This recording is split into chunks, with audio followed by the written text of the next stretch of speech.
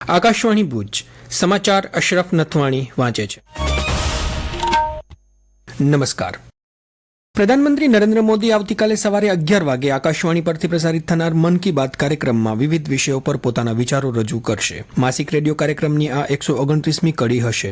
હિન્દીમાં મન કી બાતના પ્રસારણ બાદ ગુજરાતીમાં તેનો ભાવાનુવાદ પ્રસારિત કરાશે. આ કાર્યક્રમ આકાશવાણી અને દૂરદર્શનના સમગ્ર નેટવર્ક, આકાશવાણી ન્યૂઝ વેબસાઇટ અને news on AIR mobile application પર પ્રસારિત કરવામાં આવશે.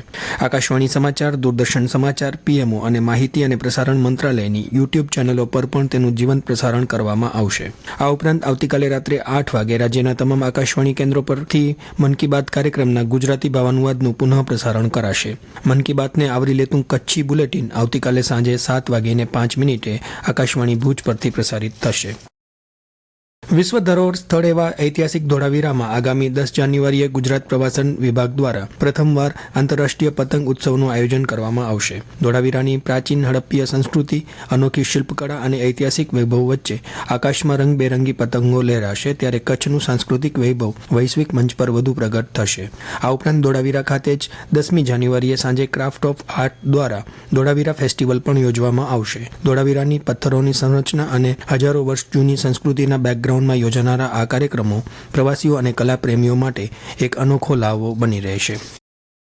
તાજેતરમાં અમલી બનેલ 4 નવી શ્રમ સંહિતાઓ અંગે federation of Kutch industries association FOKIA દ્વારા એક દિવસીય સેમિનારનું આયોજન કરાયું હતું, જેમાં નવા શ્રમ કાયદાઓ વિશે વિસ્તૃત વિગતો આપવામાં આવી હતી. આ પ્રસંગે રાજ્યમંત્રી ત્રિકમ છાંગાએ સરકાર દ્વારા લાવવામાં આવેલા શ્રમ સુધારાઓને લીધે ઉદ્યોગ સંચાલકો અને કામદારો વચ્ચે સૌહાર્દપૂર્ણ સંબંધોને કારણે ઉત્પાદકતામાં વધારો થશે તેમ જણાવ્યું હતું.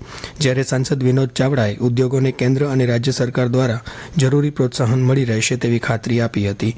સેમિનારમાં કચ્છના વિવિધ ઉદ્યોગ ગૃહોના પ્રતિનિધિઓ તેમજ વિવિધ કોલેજોએ ભાગ લીધો હતો. માધાપર ખાતેના નવચેતન અંધજન મંડળ સંચાલિત દિવ્યાંગ મહિલા વિકાસ મંડળ દ્વારા દિવ્યાંગ મહિલાઓના હુનરને પ્રોત્સાહન આપવાના હેતુથી આવતીકાલે નવચેતન કલા ઉત્સવ 2025 યોજાશે. આ અંગે માહિતી આપતા નવચેતન અંધજન મંડળના ભારતીબેન ચાવડાએ આ મુજબ જણાવ્યું હતું.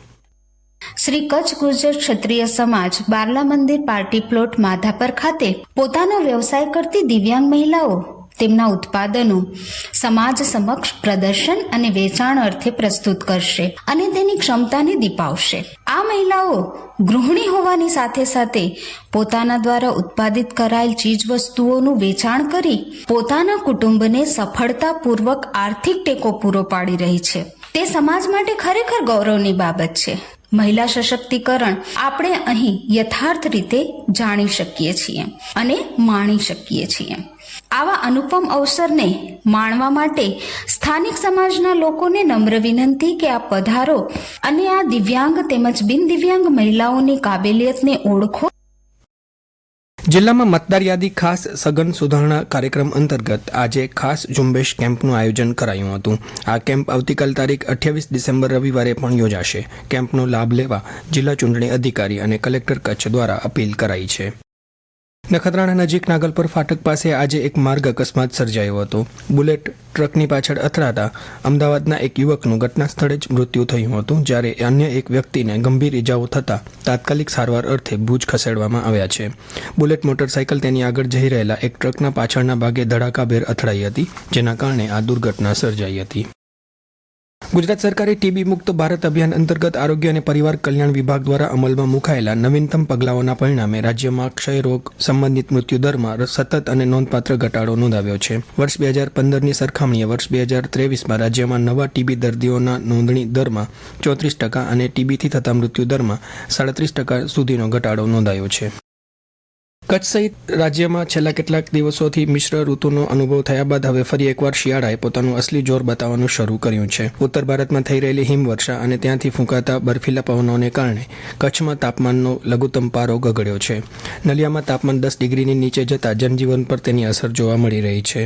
વહેલી સવારે અને મોડી રાત્રે રસ્તાઓ પર ટ્રાફિક ઓછો જોવા મળ્યો છે અને લોકો ઠંડીથી બચવા માટે ગરમ વસ્ત્રો તેમજ તાપણાનો સહારો લેતા દેખાઈ રહ્યા છે. આ સાથે સમાચાર બુલેટિન પૂરું થયું. નમસ્કાર.